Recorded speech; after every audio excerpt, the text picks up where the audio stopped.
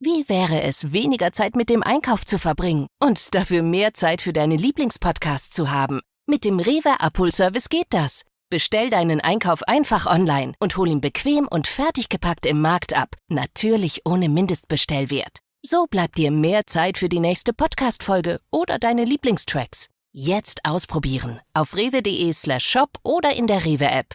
Dein Rewe Abholservice. Online bestellen, im Markt abholen.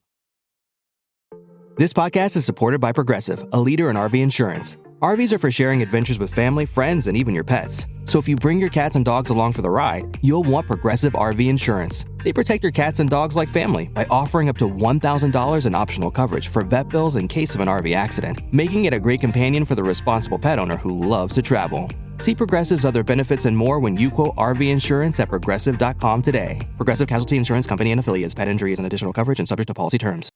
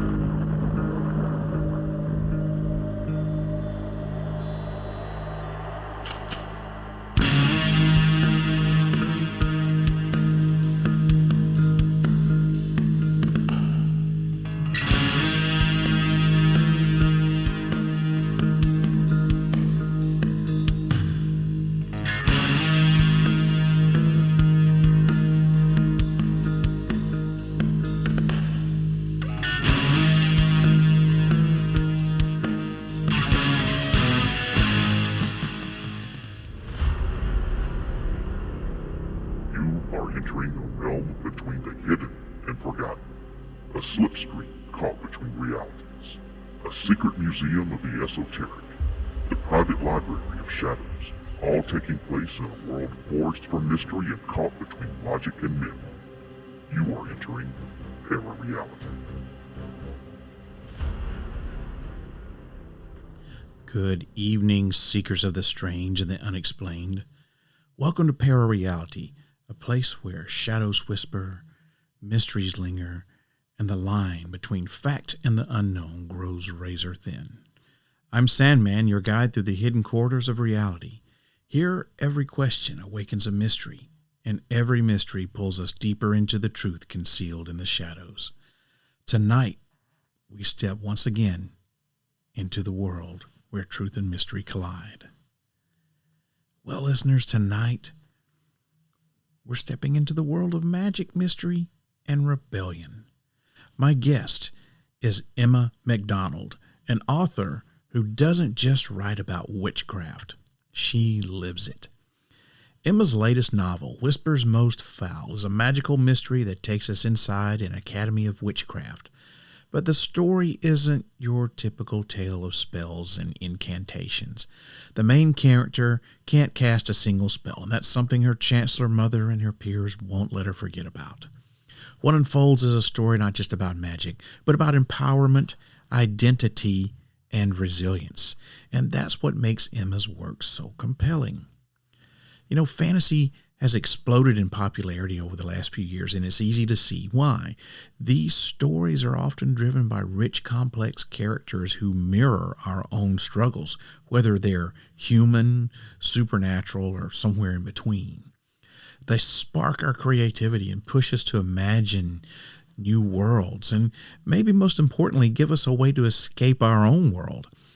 Witchcraft in particular has become a symbol of empowerment.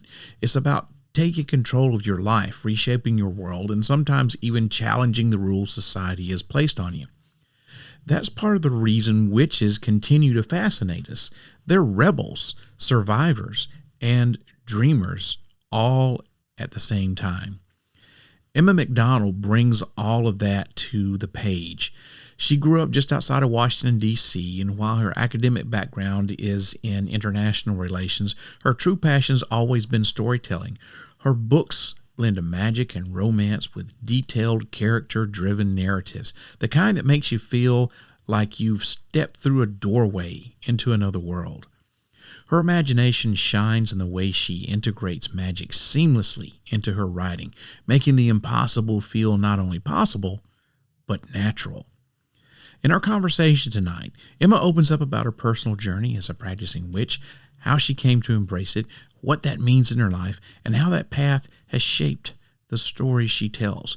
We'll also talk about the inspiration behind Whisper's Most Foul and why she uses fantasy and witchcraft, not just to entertain, but to empower. So settle in, because this is going to be one spellbinding episode. But of course, to learn more, you'll have to turn on, tune in, and find out.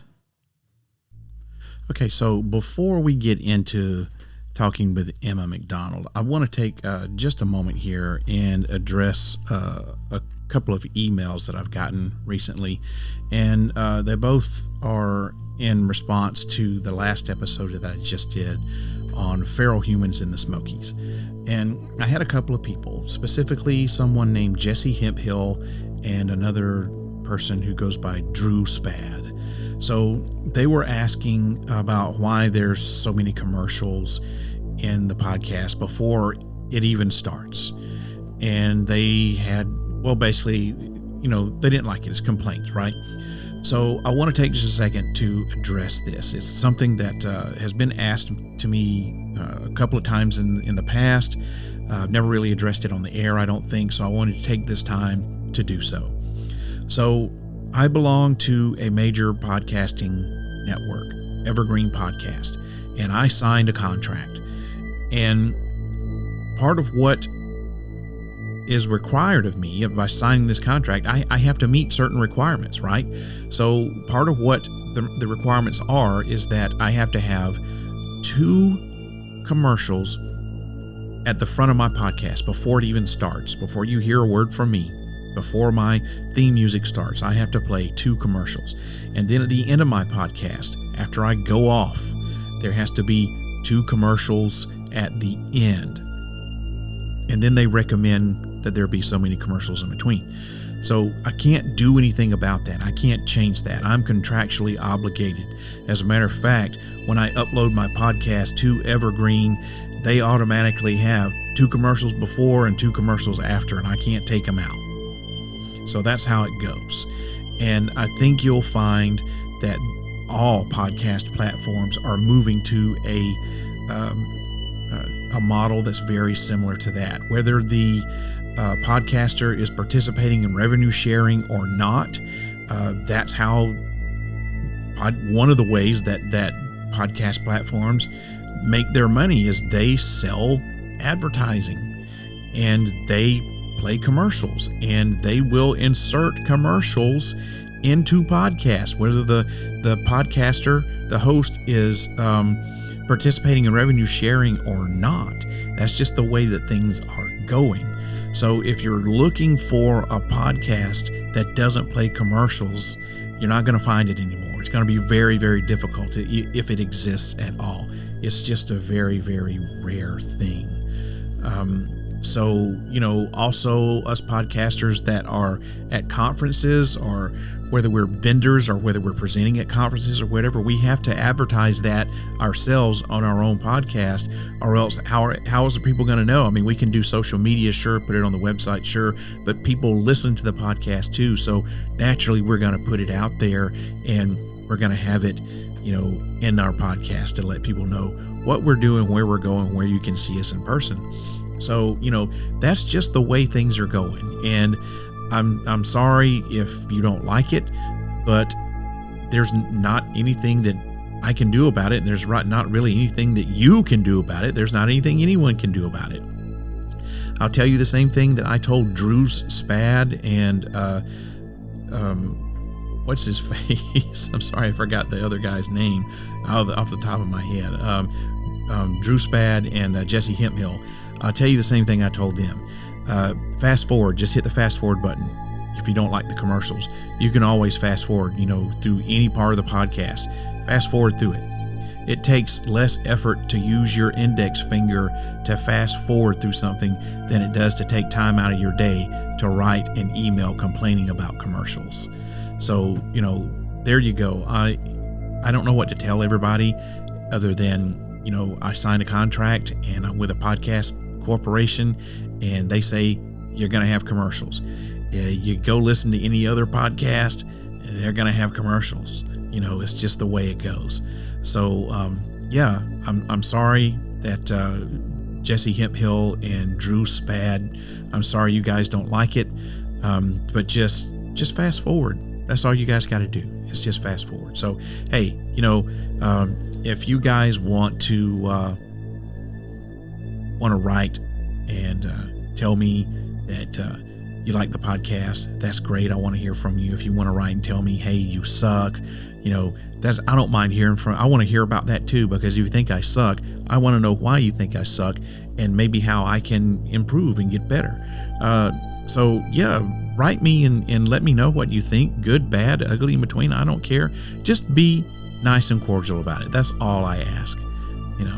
So yeah, that's kind of what I wanted to take a moment to address was that. And yeah, I'm sorry if there's commercials, and I'm sorry if you guys hate it. I don't like listening to commercials when I listen to podcasts too, but that's just the way things go. Adobe Acrobat Studio, so brand new. Show me all the things PDFs can do. Do your work with ease and speed. PDF Spaces is all you need. Do hours of research in an instant with key insights from an AI assistant. Pick a template with a click. Now your prezzo looks super slick. Close that deal? Yeah, you won. Do that, doing that, did that, done. Now you can do that with Acrobat. Now you can do that with the all-new Acrobat. It's time to do your best work with the all-new Adobe Acrobat Studio. Fantasy books are often character-driven, and the characters are well-rounded, whether they are human or not, or have some kind of magical powers or not. And those factors can stimulate creativity in all of us. For example, in Emma MacDonald's new magical witchy mystery, Whispers Most Foul, readers follow a student at an academy of witchcraft, but the only problem is that she can't cast a single spell, something her chancellor mother and pretentious peers won't let her forget. But the idea of witchcraft involved empowerment, whether to change the world or just change your own life, and that idea intrigues so many people. Witches can also at times represent female rebellion, which is always a theme many like to explore, and maybe most important in these troubled times, offer a form of escapism.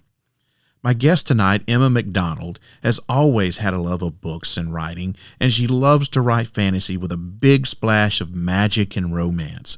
Her writing style is characterized by detailed descriptions and well-crafted characters developed primarily through interactions with other characters throughout her books. Her strong imagination is exhibited in the unique manner in which she integrates magic into her work. I want to welcome to the podcast, everybody, Miss Emma MacDonald. Thank you, Emma, for being on the podcast on Parareality. I appreciate it. Thank you so much for having me. Yeah, this is kind of a little bit of a different spin. I usually focus a lot on, I just call them alternative topics. I do a lot of conspiracy theory stuff, a lot of like UFO, alien. I do some paranormal things, stuff like that. But I really wanted to start branching out and talk to people who maybe are a little bit on the outside of who I normally talk to. And I really like the fact that you write about it's not just fantasy stuff. I mean, this is like kind of like real world practical stuff, because you are you're not a Wiccan, but you are a practicing witch, correct? Yes. So explain to me now. I've done years ago. I did a series about Wicca and the religious aspect and stuff like that. So you're saying that being a witch is not necessarily being a Wiccan, right? Or maybe just explain that to me and to the rest of my listeners so we can kind of get a feel for what's going on here. Yeah, so I can't speak too much on Wicca because, as I said, I'm not a practicing Wiccan. But to my knowledge, that is its own religious practice that has a lot of rituals involved in it. And many witches are Wiccans. But there are many forms of witchcraft as well that people can practice around the world that are tied to different spiritual beliefs, that are tied to different cultural practices. So they don't all fall under that umbrella of Wiccan. So I guess, and I don't know that everybody, again, I can't speak on Wicca too much. I don't know if everybody who identifies as Wiccan would identify as a witch as well. So there is a lot of overlap, but they're not necessarily extra, like you can't equate one to the other fully. Okay, so one is kind of different than the other. You can't you can be a witch and practice Wicca, but you can also be a witch and not practice Wicca. Yeah. So it's kind of the same thing as like other religions where people say, "Oh, I'm a non-practicing Catholic," so to speak. Right. Yeah. Okay. Yeah. All right. So I think for a lot of people, it does involve questions of spirituality, and so that is where there is that overlap with Wicca, because that is also, a spiritual practice. But that's not necessarily true for everyone right. in the witch community. And how did you get, if you don't mind my asking, how did you get started with this whole thing about being, a witch? And I'm sorry I hesitate with that, because to me that kind of has a negative connotation to it just because of how it's been portrayed throughout the centuries, but it's not necessarily a negative thing, right? Yes, and I think a lot of people, there definitely are those negative connotations that go back centuries, at least in either our culture or, Western European culture that a lot of our culture comes from. Yeah. That negative perception does exist. For me, I do recognize that it is kind of a loaded word for a lot of people. Yeah. In terms of how I became a witch or leaned into that practice, I guess, I've always kind of had that draw towards the, I don't want to say occult, that's not the right word, but towards things in nature and towards those sort of, the practices that I do as a witch is very sort of plant aligned, and then I also do a lot with dream magic in particular. And so those are two areas that I've always been drawn towards. I'm a lucid dreamer, so that is it's kind of always been in the back of my mind. And then in the last few years, I did live with a coven of witches, and so I explored a lot of the different avenues of witchcraft while I was living with them, and that's kind of how I. Oh my gosh! I bet that was interesting, man. We could probably do a whole episode just based upon your experiences living with a coven of witches. Oh my gosh. Yeah, it definitely. I have some good stories from that. Oh, I would love to hear those, man. So you have kind of always been involved in stuff like that, and like from a young age, I guess, huh? Because when I did my series on it, now this has been several years ago.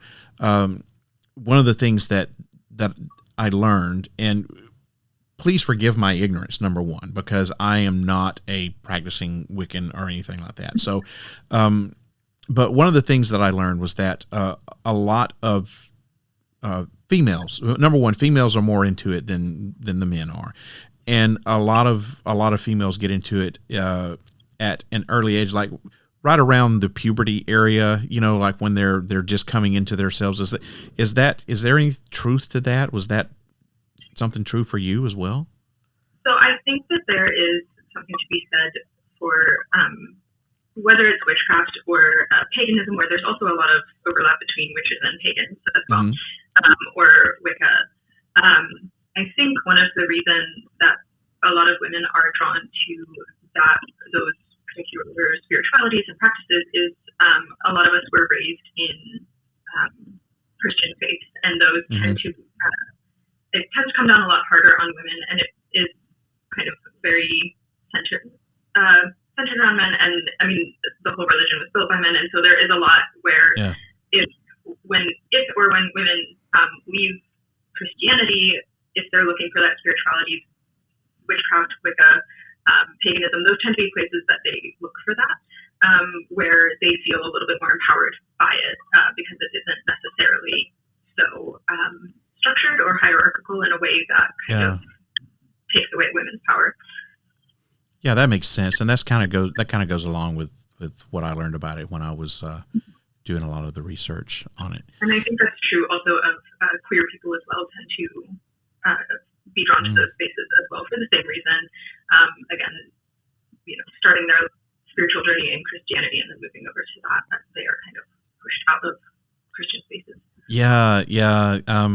Without getting too much into religious talk, but yeah, that is true. That makes sense because a lot of quote unquote Christian religions aren't very accepting of an alternative lifestyle like that. They're very traditional. So I can see where it would be a draw. Yeah. And I do want to specify that I'm talking about the organized religion, rather than Christians on an individual level. Absolutely. Yes. I'm glad you clarified that. Yes, that is what I'm talking about as well. So I'm talking about the institution of religion, I guess, rather than the people in it. Yeah, and it's very interesting that you should say the institution of religion, because once again, without getting religious into this, institutions are, for lack of a better word, I guess, using your own words, institutions of religions, their inclusivity is very exclusive, if that makes any sense. And you have to meet certain, or it seems to me that a lot of them want you to meet certain requirements. And if you don't meet those, then, it's like, well, sorry, you're not good enough. And I think that's one of the things that the Wiccan religion or witchcraft in general, it kind of says everybody is good enough. You don't have to be, because it's on the fringe of normal. You don't have to walk the straight and narrow path. And and I think that goes into its history as well, because as I said, there's many forms of witchcraft, and a lot of those are based in varying cultural practices around the world and overlap with paganism and pagan religions that predate Christianity. And I think a lot of the reason that people are drawn to that as they leave Christianity is that these are the same practices and religions that Christianity kind of pushed out of those spaces when it was spreading around the world. So now that people are kind of stepping away from that is the natural first place to go back to if they still kind of feel drawn to the more spiritual side of things, just not Christian spirituality. So I think that there is kind of a connection there. And paganism and Wiccan, two totally different things, right? They are not the same religion, although they do get confused because they can't overlap. Right. And paganism is an umbrella term too. There's a lot of different pantheons and mythologies and practices that are involved in that. So I'm kind of using that as a catch-all term. Gotcha. Rather than referring to a specific practice there. Well, moving along to your writing career, when did you feel like you needed to write about this stuff, or was it just like a natural progression of you, or how did it come about? I think it was very much similar to my witchcraft, a bit of a natural progression. I have always been a bit of a writer, and I think I was also raised in a family of storytellers. So not other writers per se, but my father, for example, is a very good oral storyteller. Like he grew up, telling me stories or just making up stories. Yeah. And then I said, I'm a lucid dreamer, and my family is full of vivid dreamers. So I grew up when it was very normal to come down to the breakfast table and everybody would just talk about their dreams, and all of our dreams would have these like little story threads in them. So I was just always around storytelling. And then I do have an older sister who actually started writing first, and this was back when we were, teenagers. So she was 13, scribbling in a journal somewhere. And when I was younger, because you always kind of want to be like your older siblings, I used to like plagiarize her stories and put them into my journals. And so we always joke about this now because I'm like, well, I got published, and she's like, yeah, I've started your whole career really. So it has always kind of been a thing for me. And then obviously, I think somewhere in college, I realized that I actually wanted to take it seriously and pursue traditional publishing and go down that route. So, yeah. Did you find it hard to find a publisher who would publish the kind of stories that you write? So, yes, I will say anybody who is looking to get into publishing, or specifically traditional publishing, because I can't really speak to indie publishing, which is a whole different beast. Yeah. But you have to get very used to rejection and waiting forever to get an answer, because the publishing industry moves very, very slowly, and they are very specific about what they want, and it moves so fast based on the market and everything. So me, in terms of my whole writing journey from when I started querying, looking for an agent, to when I got my agent and then wrote the book and then got the publishing deal was probably about 6 or 7 years. Wow. So that's not how long I've been writing this book in particular. That one only took about 7 months. But in that time frame, from deciding that I wanted to pursue publishing to getting published was probably about 7 years. Wow. I did not know it moved that slow. Yeah. Well, there was, to be fair, there was a lot of ups and downs. I started querying with a book that was not ready to be queried, and then I had to go back to the drawing board and write another book, and then I got my agent with that book, and then we dropped that book and started another book. So there's a lot that goes on in that 7 years. It wasn't, sending a submission out and then waiting 7 years. Wasn't just sitting around waiting, yeah. Well, the movies and everything make it look like there's, someone sitting in an office and you go in and you go, here's my manuscript, and they read it in 24 hours and go, oh my God, it's the best thing ever. We're going to get this published right now. So doesn't go in. Yeah. Unfortunately, that is not how this works. So how many books have you written? Written, I'm on my 4th book. Published, I've only published 2 of them. Or the first one is out. The second one will be out. I was going to say next year, but it's actually this year now. Sorry, I'm still getting used to the 2025 switch. So yeah, it should be out in October. Now, the books are the 2 that you have out. Are they related to each other in any way, or are they independent stories?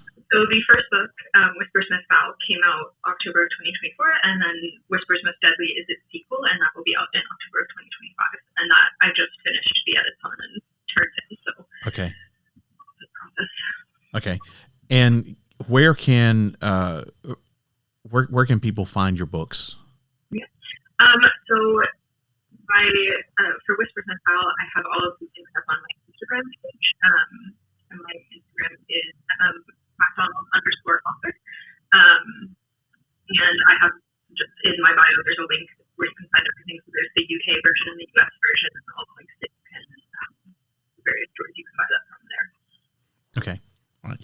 And so the Whispers Most Foul, that's your first book that's out. Tell us a little bit about Whispers Most Foul and how you came up with the idea and what's behind it. So Whispers Most Foul, as you hopefully introduced it a little bit at the beginning of the podcast, follows the story of Rose, who is a student at an elite magical university called Dunhollow Academy. And her only problem is that she is the only student in the entire academy who cannot cast a single spell. But at the start of her 3rd year at this university, she realizes she's also the only student who can see the ghosts of a few of her peers who have gone missing in the previous term. And when the next ghost that she meets is that of her academic rival, Sylvie, the 2 of them have to team up to discover what happened to Sylvie, if they can save her before time runs out, and not fall in love in the process. So that is the story of Whispers Most Foul. So it's full of magical school, dark academia, rivals, lovers, and lots and lots of ghosts. And can you tell us anything about the sequel, or is it too far out? I can talk a little bit about it. I can't give away too much because Right. it is still in the editing stage, so there's some stuff that might change as well before it comes out. Yeah, I don't want to get you in any trouble. No. The sequel does follow Rose again at another year at Dunhollow with new threats from new magical universities and a deadly competition that has to take place between them. Excuse me. And so it introduces some new characters, some new forms of magic, and some new deadly mysteries to follow. How did you come up with the idea of these books? So I was actually working on a different book at the time, and my agent reached out to me and she said, dark academia and witches are really, really in right now, and I feel like that is your vibe. Would you want to write a book in that area? And I was like, yeah, of course. That sounds great. So we started coming up with some spitballing ideas between each other, and that got us the rough outline of Whispers Most Foul. And then I wrote it in about 6 months and sent it off to her, and it got an offer within the first 10 days that it was out on submission, which is very, very quick for the publishing world. Submission can usually take anywhere from like a month to a year. Yeah. So yeah, it happened to hit at the right time. When the market was for, I guess. So yeah, I definitely drew on my own background and my own knowledge of witchcraft. So I did actually sneak some of my own practices like into the book as well. And yeah, it just kind of, once the idea was there, it just steamrolled for me. Now, you say you wrote it in about 6 months, right? Can you just briefly, just for my own curiosity, because I'm not a writer, and I have kicked around the idea for years about, oh, maybe I should try to write something or whatever, but can you just kind of briefly describe to me what your writing process is like? I mean, because I'm sure that you don't sit down in front of your computer for 8 hours a day, 5 days a week or whatever, and just bang out words. I will say my writing process is a little bit chaotic. I do have ADHD, so that can mean that sometimes I will sit in front of my computer for like 10 hours at a time and be really, really productive, and sometimes 3 weeks will go by and I don't write a single word. Yeah. So for me, having short deadlines is actually very helpful, even though the publishing world moves very slowly. Nothing gets me into gear like approaching a deadline where suddenly I will get very, very productive and get everything done. Yeah. So usually if I'm left to my own devices, it's a very, very long drafting process. I'm talking like a couple of years. Wow. And I have books that I have, they're fully drafted. I know what happens in them. I have the whole outline. I've started writing like 10 chapters and they've just been sitting in my drafts for years now, like since 2020.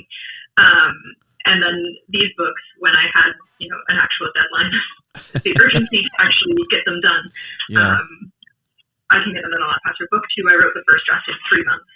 And that is very unusual. Again, that's not a normal deadline per se.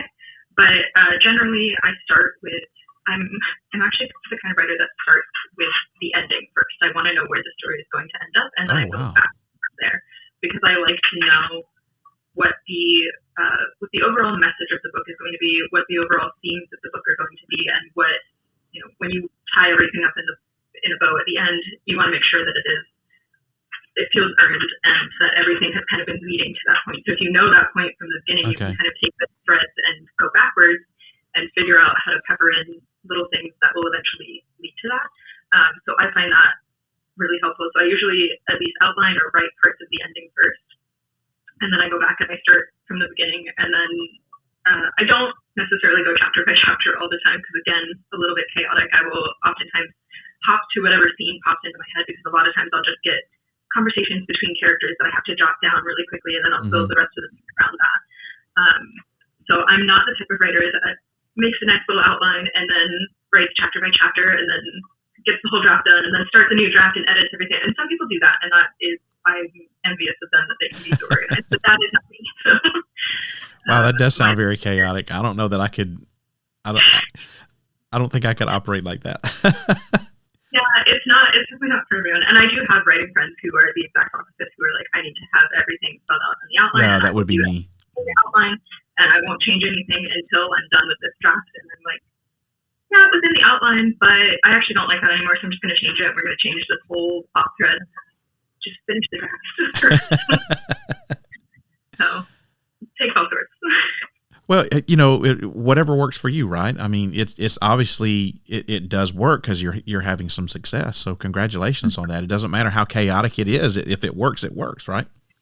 Yeah, and I think that's also, as I said, I have ADHD, so this whole process, like creativity, for me is one of the things that I have kind of a special interest in. So when I'm interested in a book, that helps a lot, because I can get a lot more done. If I wasn't interested in writing, we would have figured like that I would never get anything done. But I think this whole process has taught me very much to work with my brain instead of against it. And so I will tell people to give me deadlines, knowing that it is something that, like, once that urgency kicks in, I'll be really productive. So I don't necessarily, like the writing Whispers Miss Fowl, I didn't need to write that in 6 months. I had my agent actually set a deadline for me to get it done. Okay. So that we actually got the product out into the world, and it did take several years to get there. Okay. And how have sales of the book been going? So I haven't checked in the new year recently. Last I heard it was November, but so far so good. I don't know if I'm actually allowed to share the numbers and stuff. That's fine. You don't have to share this. Yeah, it's so far I in Australia. But this time of year, it's summertime, and this is not really what I would think of as a summertime read. It's very like autumn or winter kind of vibe. It's perpetually autumn at the university, so it's very much like cold weather, curl up with the rain pattering outside your window, and that's not what the weather is like in Australia right now. So, but well, if people are out of school for their summer break, then pick up a book and read it. And why not pick up yours, right? I guess when it's really hot outside, reading something where it's that escapism you were talking about. Yep. So, are you? I guess writing is not a full-time job for you. Is that safe to say, or? It is right now, actually. So I did take a little bit of time off because I had a very tight deadline. So it probably won't be forever. I will be back to working full-time at some point. But I was able to take a little bit of a break there, luckily, to meet that deadline because that would have been very stressful otherwise. It's so nice to be able to be in a position where you can do something like that, where, the old saying, if you love what you do, you're not really working. And so if you got this passion and you can have time to put all your energy into it, that also goes more towards quality of product, right? So I'm glad you were. Sorry, I didn't mean to interrupt. No. I'm just going to say I'm glad you were, could afford yourself that opportunity to do that. So. Yeah. I will say it is still a lot of hard work, but that saying, the work is much more rewarding when you love it. I think when you are passionate about what you do, you actually get that sense of accomplishment versus when you just have a lot of busy work to do that you have no interest in. Yes. So do you feel like books that include witchcraft and offer a form of like escapism, especially during these troubled times, do you feel like that's why these books are becoming more popular, or do you think there's just a more a rising interest in like witchcraft and paganism and Wicca and stuff like that, all these alternative religions, or maybe a combo? I think it's a little bit of column A, a little bit of column B, because I think there is something to be said for the escapism of it, because a lot of the stories that I've read on witchcraft, including my own, focus on female main characters and female empowerment, and I think that is something that people are kind of desperately seeking in their books right now. Yeah. And something that I think we've seen an uptick of female authors entering the field in the last 20 years or so that you didn't see as often before, and so there's a lot of stories and characters that are reflecting that now, and that has been of a lot of interest to, especially I think, female readers. But there is also the side of it where I think witchcraft and paganism and all of these sort of, I guess, what you would call alternative or fringe religions, spirituality practices, there's something inherently a little bit rebellious about them because they kind of go off of the beaten path, so to speak. When we're talking about kind of going back to, major religions like Christianity, as I said, a lot of these people have a background in Christianity and then are coming into these spiritual practices. And I think there is an element of that makes it really popular right now because it is an alternative to what people are encountering in their day-to-day lives and, systems that they might be getting very tired of and exhausted by. And so they are seeking that outlet that lets them be as they are. And I think that is something similar. Not that that's escapism, but I think that when people are kind of seeking escapism, that is also that driving factor of they want something beyond themselves or what their current circumstances allow. And that's very appealing to a lot of people right now, I think. Wow, very well said. I like that. So we've been going for half an hour now, and it's actually past time for me to take a little break. Unfortunately, I have to pay some bills, so we're going to take a break here, and then we'll be right back and continue talking with Emma MacDonald. This podcast is supported by Progressive, a leader in RV insurance. RVs are for sharing adventures with family, friends, and even your pets. So if you bring your cats and dogs along for the ride, you'll want Progressive RV Insurance. They protect your cats and dogs like family by offering up to $1,000 in optional coverage for vet bills in case of an RV accident, making it a great companion for the responsible pet owner who loves to travel. See Progressive's other benefits and more when you quote RV Insurance at Progressive.com today. Progressive Casualty Insurance Company and Affiliates. Pet injury is an additional coverage and subject to policy terms. All right, we are back, and I've been talking with Emma MacDonald, who is, now, you said it was dark academia. That's the genre, right? Is that what we're saying? Yes. So dark academia, fantasy, mystery, and romance would be the biggest descriptors that I would use. So Emma MacDonald is an author of Whispers Most Foul, out right now, and soon to be followed up by Whispers Most Deadly, correct? Did I get that right? Okay. You did. So we were talking before the break. We were talking about how books that include witchcraft offer a form of escapism and gets people feeling empowered and stuff like that. Do you feel that this genre is more attracted to the younger generation, or are you finding, I don't know if you have access to like demographics of your sales, but do you know like if this is appealing to older people? And by older, I'm talking, 30s, 40s, stuff like that. Yeah. So I don't have the exact demographics on sales. I don't have that information in front of me, but I will say that the book itself, the main character is 21, I think. I should know, I'm the author. So I think she is at kind of that university age, so she's going to appeal probably most to people within the 18 to 25, 30 range. And it is labeled as an adult book, mainly because book 2 gets a little bit darker. Okay. So there is, it's not necessarily something that I would recommend across the board for teen readers or much younger readers. Okay. But it does kind of have some crossover appeal to a slightly younger audience in late teens, early 20s, and probably some appeal to 30s, early 30s. And it technically can appeal to anybody. I've had multiple people in my life, or friends of my parents who have read it, who have been like, "Really? You liked it?" But I guess it's probably maybe not the first genre that they would reach for, but they read it, they have enjoyed it, at least. That's what they tell me. So.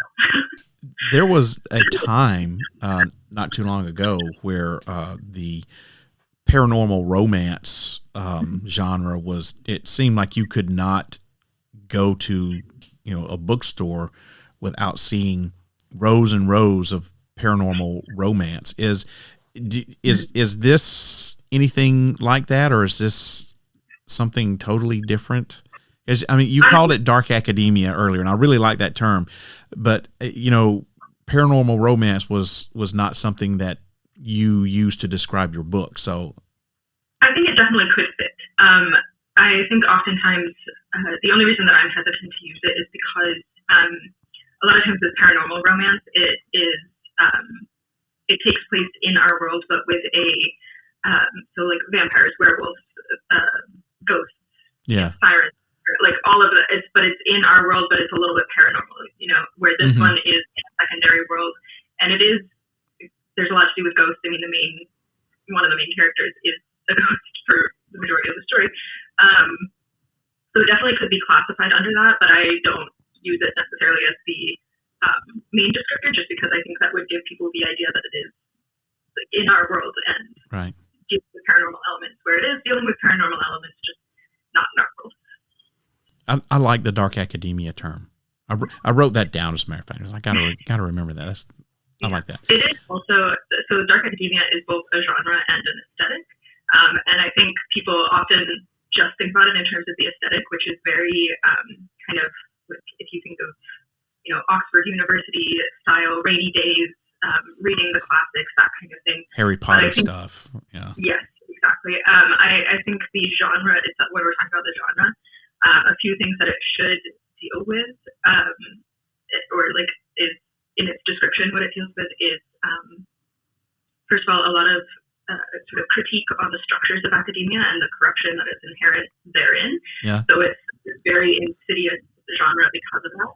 And then it also oftentimes deals with things like oppression or secrecy. And I think I'd best describe it as kind of this beautiful veneer with rot underneath. And generally stories about dark academia are going to explore that like pretty facade and then delving into the corruption beneath it. So I think when you were asking about the audience, it also would appeal most to people probably in marginalized communities or who have reason to sort of rebel against these structures and systems and institutions of their life because they have been mistreated by them, and that is, I think, kind of something that dark academia often explores.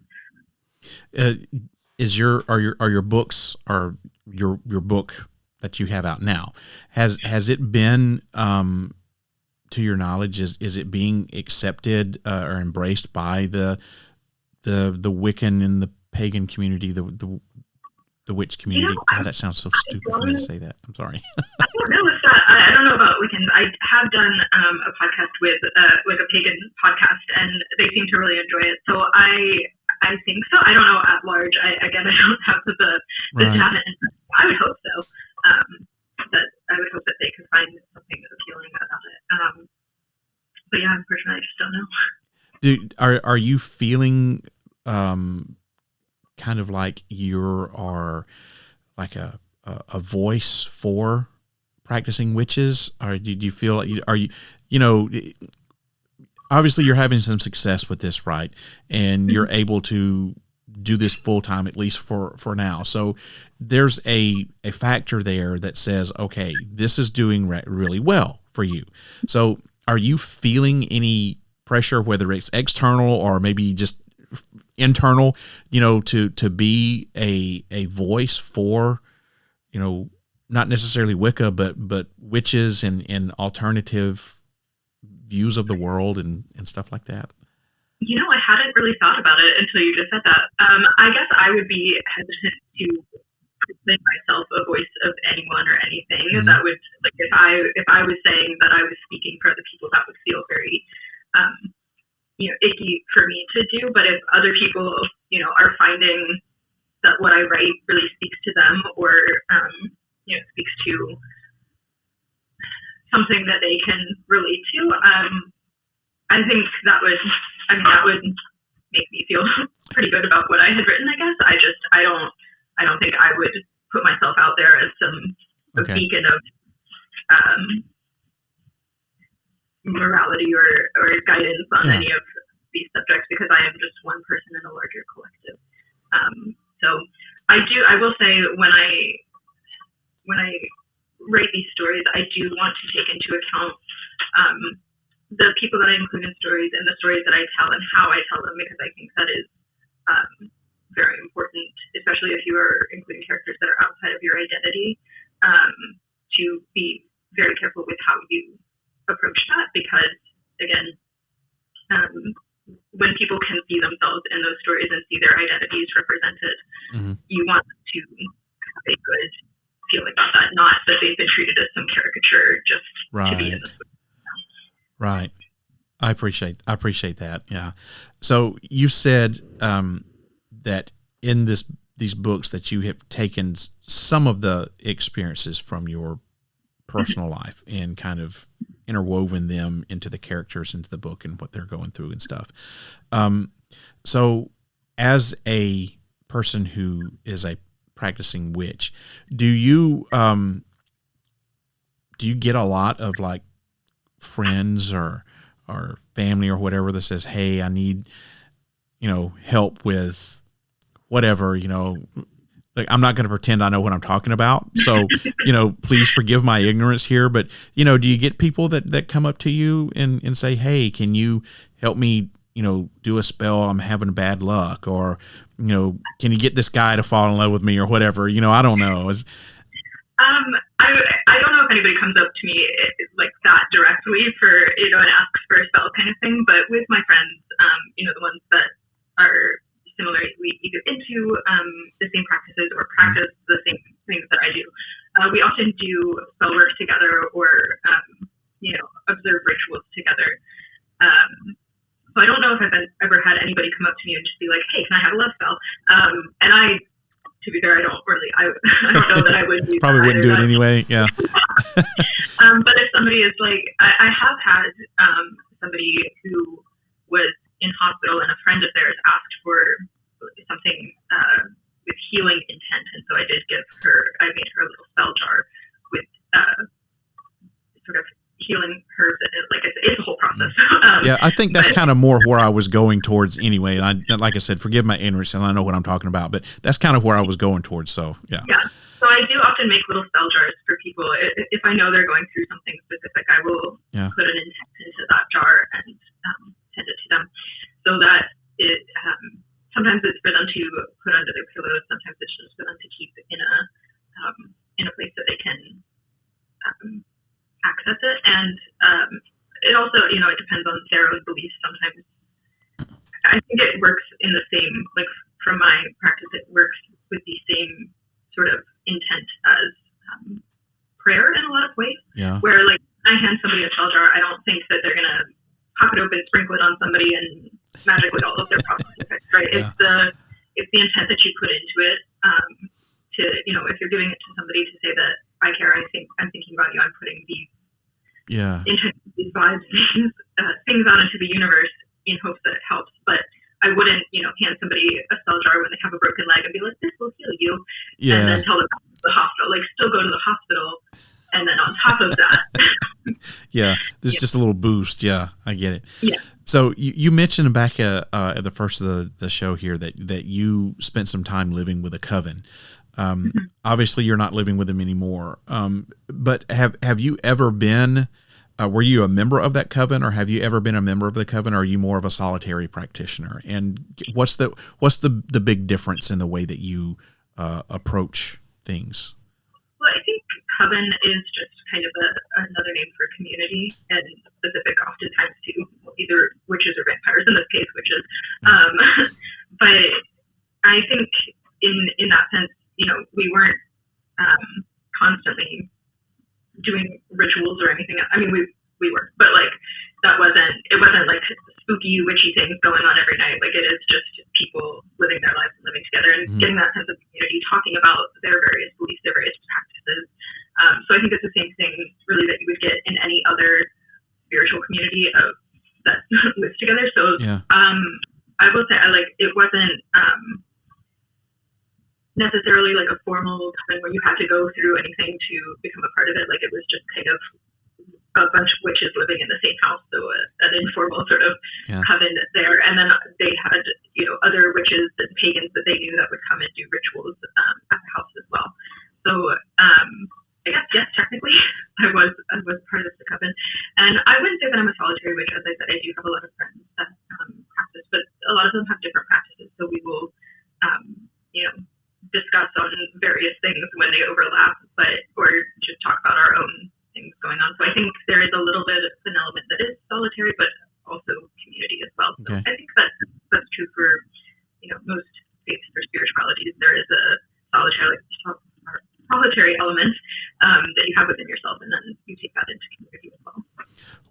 What would you describe like to be the biggest difference between how Hollywood displays being a witch or a Wiccan or a pagan compared to what it is like in the real world? What are some differences? Like what really irks you? I don't know if any really hurts me, but I would say that the biggest thing that I see in Hollywood is that there is always this drive to portray witchcraft on this dichotomy of like good witch, bad witch, or evil witch. And I think magic or witchcraft, spellcraft, any ritual practices, or wider religions, too, there's the capacity to do good or evil with both of them. It really is more about the practitioner and the intent behind it. And I don't think it's so simple. Like I've never gone up to a community like, are you a good witch or a bad witch? They're just people, and people are a mix of many different things, and they are capable of doing really, really lovely, compassionate, kind things, and they are capable oftentimes of doing very, awful things. It really just depends on the circumstances of the person and not something. So I think that would be my biggest thing with Hollywood, is that magic is always kind of simplified in that way, where there's either like the good magic or it's the bad magic, and magic is magic. It just depends on how it's used. Just depends on how what the intent behind it is. Yeah, I can get behind that. Yeah. And I think one of the other misnomers that happens with Hollywood, besides, the black and white, is when you're dealing with things like covens, or even if it's just a witch that is casting a spell or something, there's a huge like ritual. I know that there are rituals with it, but it seems like in Hollywood there's this huge ritual thing, and if there's more than one quote unquote witch there, they have to be, I got to be wearing the cape with the hood, and I have to be half naked, and we're running around in the coven in nighties and pillow fighting and doing all this other sorts of stuff. So, not that it's not like that in every movie, but it seems like that's one of the big things, of course, that Hollywood uses to portray things like that. So, but really, when you strip it down to its basics, from what I understand, and once again, I'll go back and say, forgive my ignorance. I know that there are rituals that are involved, but just to do a simple spell, or like you were saying, do a healing jar or whatever, you don't have to go through a, half day's worth of ritual to get this done, do you? No. And I think, personally, all of the, Hollywood stereotype rituals that you described, I've never, there might be practices that involve something in those lines, but, I've never encountered it. And that was my point. It's the Hollywood dramatizing of a lot of things, and, in kind of a pejorative way a lot of times. But I think, and also, I think ritual is another one of those words that has some stigma attached to it, in the same way witch does. But ritual is really just a practice that you go through with an intent. So ritual could be used to describe something like communion in Christianity. That is a ritual that Christians practice. It's been a while since I've been to church, but I think it's the good point. First don't quote me on that. They practice communion. I was also raised Protestant. I know there's a difference between communion in Catholicism and Protestantism. But, that is, the point is that is a ritual that is practiced. But we wouldn't call that a ritual, because ritual has a stigma attached to it. And people think of it, that stigma, I think, makes people think of it as something weird and scary, or a little bit, all of the things that you were describing, just a little bit out there, or overly sensationalized, right? When really it can be as simple, like, for example, on the recent solstice, I had a video call with a friend, and our ritual involved burning away the, we would write down things that we wanted to let go of from 2024 and burn those, and then we would write things that we wanted to bring into our life in 2025, and we would burn those and so it's just very simple. There's no chanting, there's no "I have newt being thrown in a cauldron" somewhere. There's not, it's not as, I think, scary as people think it is, or as Hollywood makes it out to be. So you're not skipping around like a big fire with a cloak on and all that sorts of stuff. Sometimes if somebody wants to dance under the moon, dance under the moon. You do you. Yeah. But that's not what every ritual is. It's just, again, it really depends to, as I said, there's a lot of different practices in witchcraft. So some of those might be based in certain practices where they do something similar to that. But for the most part, I think Hollywood takes a lot of liberties. Yes, obviously. Well, one thing that I find very interesting is you said several times that it depends upon what type of witchcraft you practice. So I was, once again, in my ignorance, I was unaware that there were as many different types of witchcraft. Because once again, I'm thinking, well, you're either,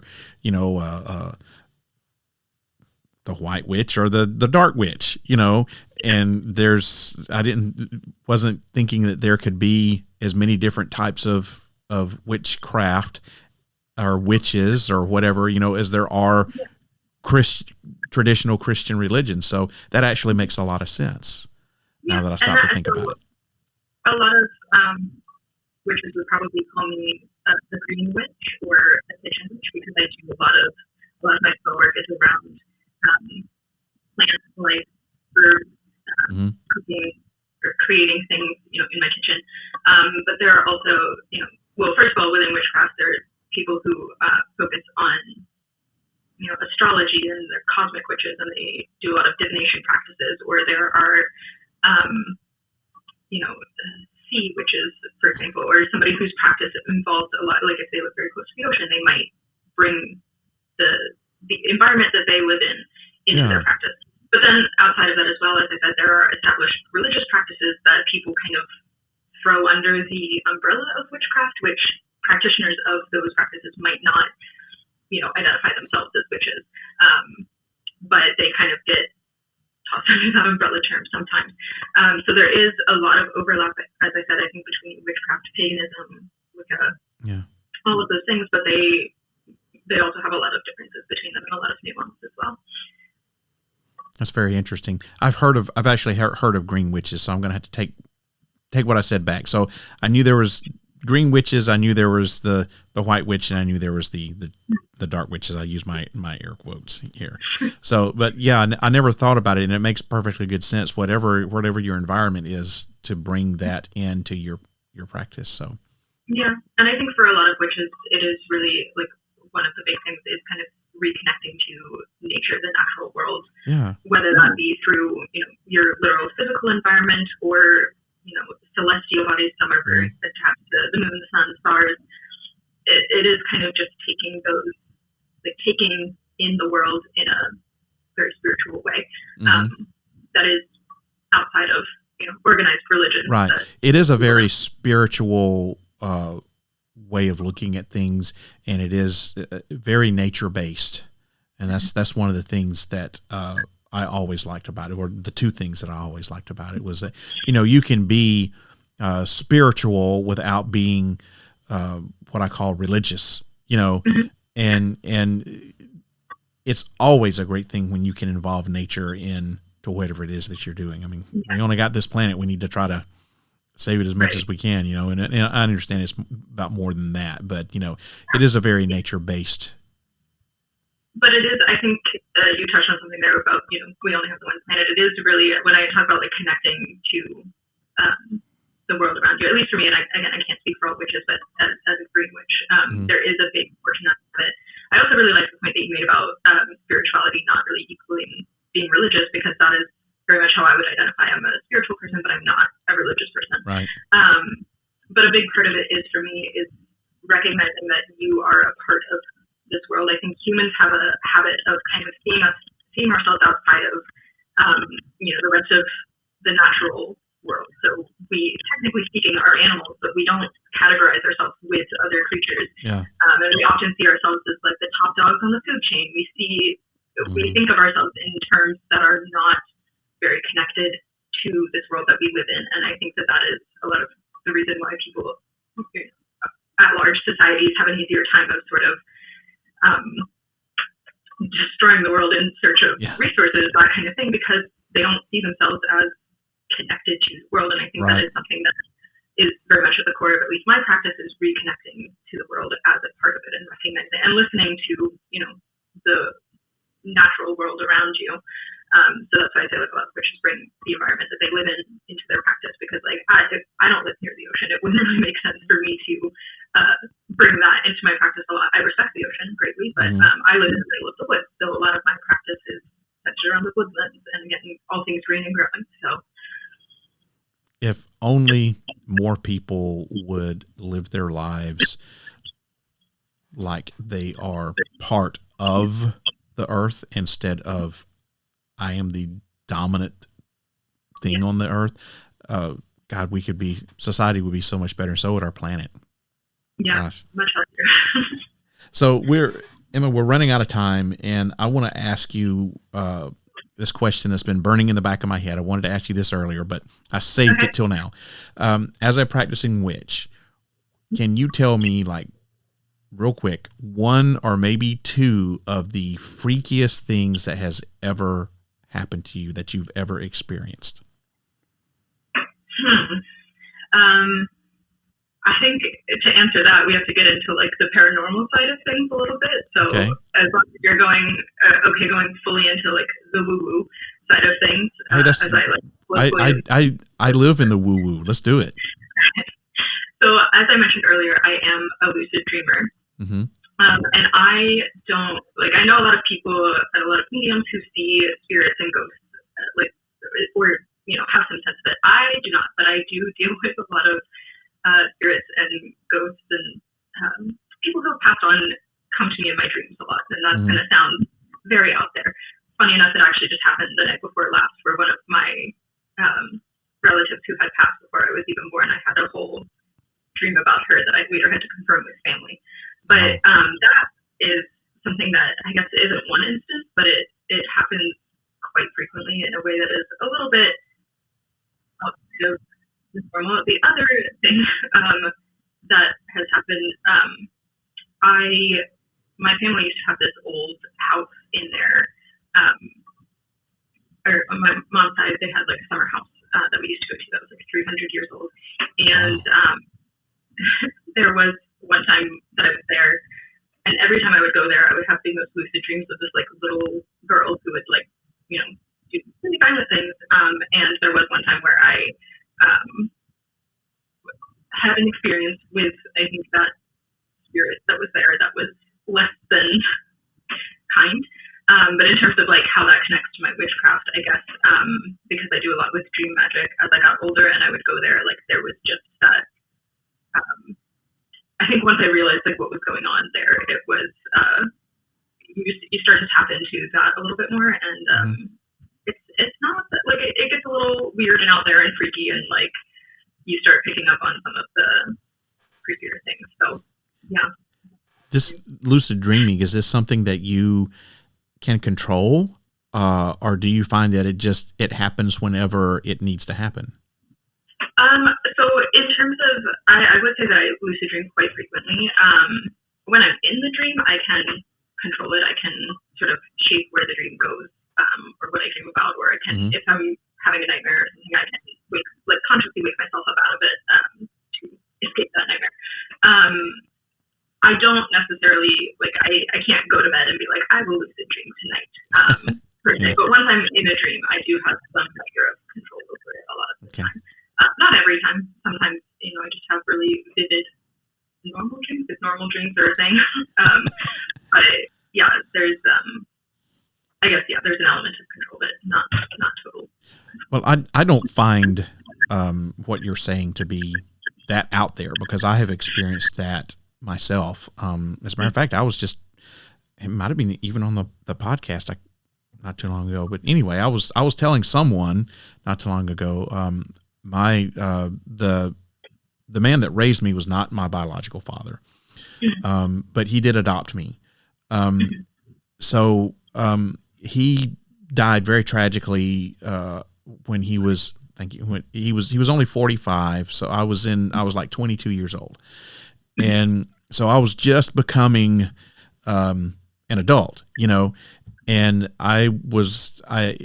it's been so long ago, I can't remember exactly what all was going on, but in my life, I was going through some chaos. There was a whole bunch of stuff that was happening.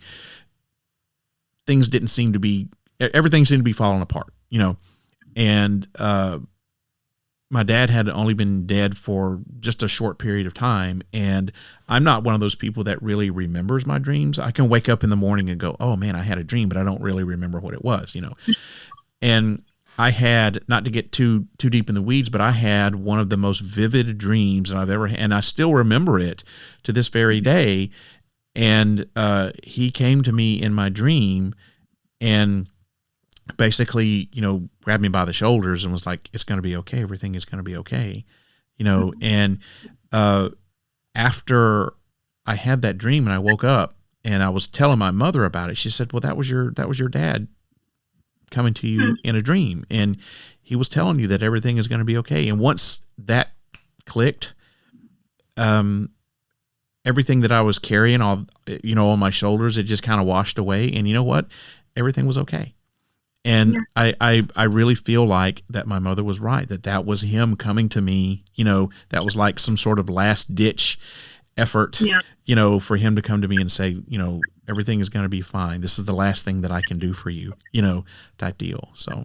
And I think that is a really beautiful thing. And I know a lot of I think, a lot of people will say like, oh, well, it's just a dream. You can't count anything that happens in a dream as real. But I think the important thing is what you took away from it rather than we can sit here and discuss the validity of an experience until we're both blue in the face. But I think the kind of going back to like that intent, the message that you took from it, the support that you probably felt from that is, what really matters, I think. And I think that's where a lot of people get so lost in but prove that it's real kind of idea that they lose sight of like what those experiences actually tend to mean for the people who. Yeah. What was the message? Strip it all away, and what was the message? It doesn't matter whether it was him coming to me or if I just quote unquote dreamed it. It's the message and it's the intent. That's a very good point. I'm glad that you brought that up. Yeah. Well, Emma, it's been great talking to you. We're running out of time. Everybody, my guest this evening has been Miss Emma MacDonald, author of Whispers Most Foul, soon to be coming out with Whispers Most Deadly. And Emma, I know you've told us this before, but I'm going to ask you once again, where can we find your books? Yes. So as I said, there are links on my Instagram page, also on my website. I have to double check the website links, but my Instagram is Emma MacDonald _author, and my website is just Emma MacDonald author, no underscore. And it's MacDonald. Yeah. Not like the Golden Arches, but it's no. So EMMAMACDONALD. Okay. That's correct. And you actually answered the other question that I was going to ask. I always ask the same question, final question that I ask all my guests is, if someone, in your case, wanted to talk to you about, maybe it's some young person who wanted to talk about becoming a witch, or had some advice about it, or maybe even wanted to talk to you about your books or something, was how can they get in touch with you? And you just answered that. So you can find her on Instagram, Emma MacDonald _author. Yes. Right? And my website also has a contact form if you want to reach out to me. Sweet. And that's EmmaMacDonald.com. EmmaMacDonaldAuthor.com. EmmaMacDonaldAuthor.com. Thank you. I missed the author. Well, Emma, thank you so much for talking to me. This has been a really eye-opening experience about not only just the writing process and your books, but the background behind how you came up with this and what it's really like to be a real world, a real world practicing witch. I almost said Wiccan. So I'm getting all choked up here. I saved it for the end. Excuse me so much. Well, thank you very much for, wow. Excuse me. Thank you very much for being on the podcast. I really appreciate it. I've lost my voice all of a sudden. I swear I didn't curse you. There. That's a little bit better. Wow. As I was saying, thank you so much for being on Parareality. I really have enjoyed talking to you. I would love to just, too bad we don't live closer, man. I would love to just like knock on your door and like hang out, bring a pizza and like hang out, that would be, I think we would get along fantastically. So thank you so much once again for appearing on the podcast. And once again, everybody, you can reach Emma MacDonald through her Instagram page, Emma MacDonald, Emma MacDonald _author on Instagram, or her website, EmmaMacDonaldAuthor.com. Once again, her book that she has out is Whispers Most Foul, soon to be followed up sometime this year by Whispers Most Deadly. Everybody, thank you for listening to this podcast. And Emma, once again, thank you for appearing on Parareality.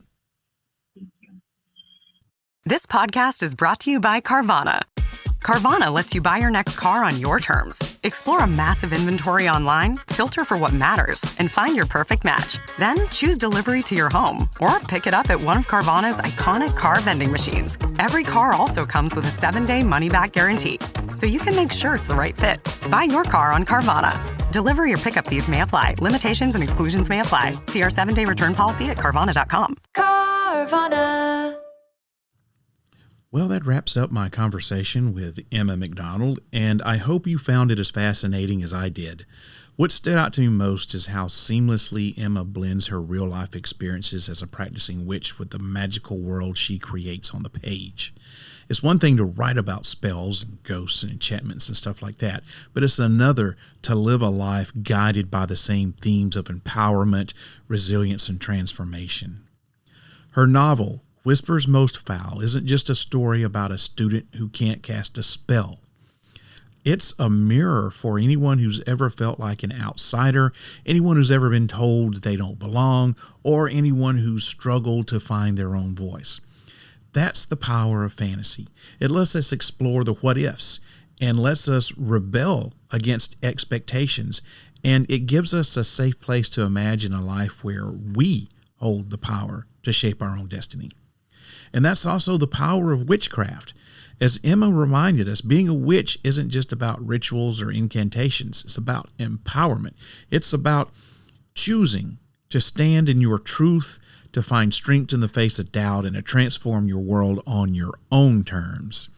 In times as chaotic and uncertain as what we're going through right now, maybe that's why stories of witches and magic resonate so deeply. They give us not only escape, but also hope. I want to thank Emma for joining me tonight and sharing not only her stories, but her journey. And if you want to dive deeper into her magical worlds, be sure to check out her latest book, Whispers Most Foul. As always, thanks for tuning in to the Parareality Podcast. Until next time, keep your minds open, your curiosity alive. And remember, sometimes the most magical discoveries come when you least expect them. Hey guys, I'd love to hear from you. Do you have a story, a question, or a topic you'd like me to cover?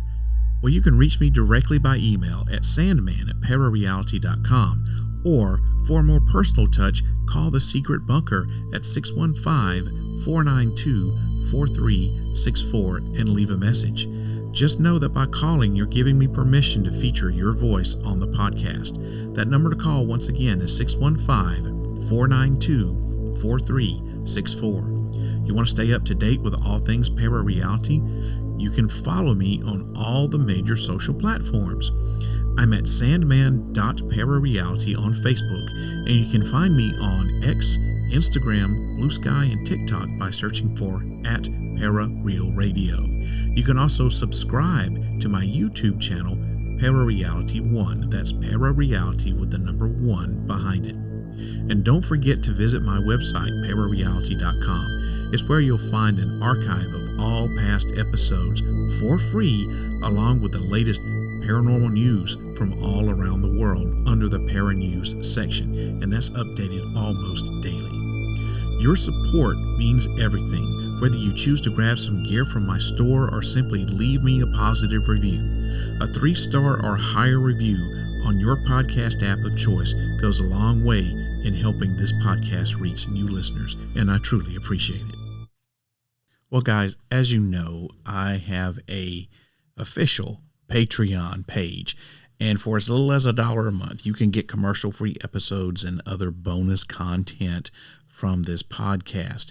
And for just a few bucks more, you'll also have access to my companion podcast. I've got 2 of them.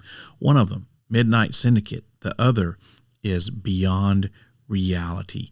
And it also gives you the opportunity to appear as a guest on the podcast. Subscribing to my Patreon not only helps support the podcast, but it also helps me continue to bring you quality content on a regular basis. To learn more, just go to patreon.com/parareality, or you can click on the Patreon tab on my website, parareality.com. Everyone, I hope that you enjoyed tonight's episode of Parareality. Next episode is going to drop on Friday, October 17th, 2025 at 8 o'clock p.m. Central U.S. time. Going to have part 1 of my special podcast from the Tennessee Wild Man and Cryptid Con, and from last week's West Kentucky Paranormal Expo, where I interviewed all kinds of conference attendees. So that'll be part 1 next week, followed by part 2 in my first podcast in the month of November. So don't forget to turn on tune in and find out. Friday, October 17th, 2025, 8 o'clock p.m. Central, part 1 of my convention interviews. Everybody, I hope that this podcast opens up your mind to new ways of thinking, expands your consciousness, and produces a change in the way you see the world. If you wish to change, you must lift the veil of ignorance that has been cast over your eyes. Only then will you see the true power of the universe. I hope you have a wonderful evening. Hope you have a great couple of weeks off, and I'll see you again in 2 weeks. Good night, everybody. If you wish to change, you must first lift the veil of ignorance that has been cast over your eyes. Only then will you see the true power of the universe.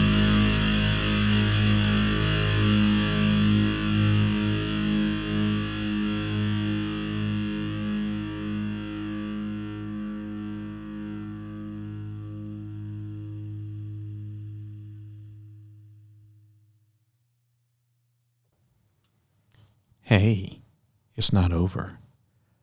Thanks for sticking around. I got something to tell you. Do you want to be a member of the Secret Sanctum? Well, if you do, there's only one way to do that. Somewhere on parareality.com is a link hidden in my website. And if you can find that link and click on it, you'll be granted access to the secret bunker, and you'll become a member of the Secret Sanctum. It's 100% free. It's not going to cost you anything.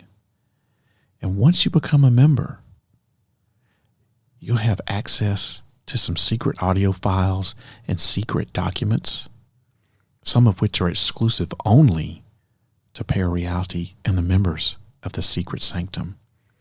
You'll also get a free Parareality Secret Sanctum t-shirt. Just fill out the form and let me know what size you are, where you're located in your name, and I'll get that right out to you. So if you want to be a member of the Parareality Secret Sanctum and have access to the secret bunker, find the link.